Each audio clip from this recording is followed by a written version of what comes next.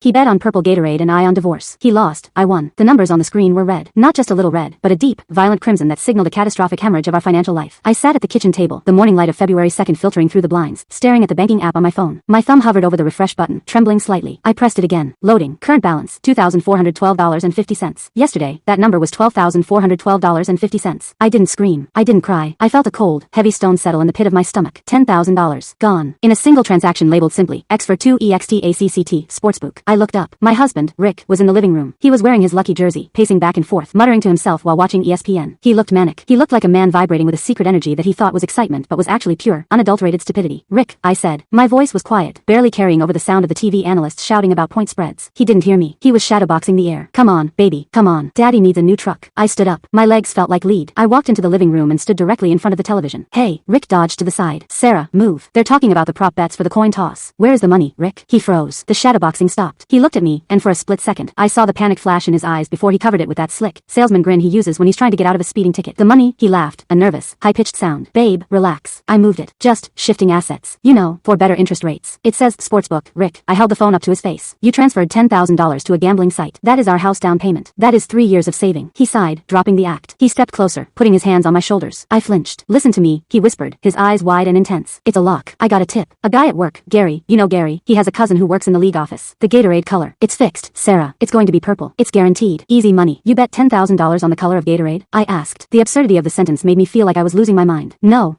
that's just part of it. He waved his hand dismissively. I parlayed it. Gatorade color, coin toss, and the spread. The odds are plus 800. Do the math, Sarah. That 10 grand is going to turn into 80 grand by next Sunday. We aren't just buying a house. We're buying the house. I did this for us. You stole from us, I said. The heat was rising in my neck now, a burning sensation that made my skin prickle. You took the money without asking. You gambled our future on a rumor from Gary's cousin. It's not gambling if you know the outcome. He shouted, getting defensive now. Why don't you trust me? I'm trying to level us up. You're always so cautious, so scared. Scared money don't make money. Sarah, we needed that money for the closing costs. I screamed back. We have an offer pending. If that money isn't there in 2 weeks, we lose the house. We won't lose it. Rick yelled, his face turning red. I'll have the money back plus 70 grand. You'll be thanking me. You'll be begging me to forgive you for doubting me. He turned his back on me. He sat down on the couch and cranked the volume on the TV. Get out of my face, he muttered. I need to focus. I have to monitor the line movement. I stood there, staring at the back of his head. I looked at the jersey he was wearing, one I bought him for his birthday. I looked at the TV he was watching, bought with the bonus I earned last year. He didn't see a partner. He saw a bank. He saw a safety net he could slash open whenever he felt lucky. Okay, I whispered. Okay, Rick. I walked back to the kitchen. I picked up my purse. I picked up my keys. Where are you going? He called out, not looking away from the screen. Errands, I said. I walked out the door. The cold February air hit me, sharpening my senses. I didn't go to the grocery store. I drove straight to the bank. Don't miss when Sunday comes. The crash isn't just going to be financial. It's going to be the total disintegration of his ego. But before we get to the game, I had to survive the week of living with a man who was slowly realizing he had dug his own grave. Follow instruction on screen to watch full story.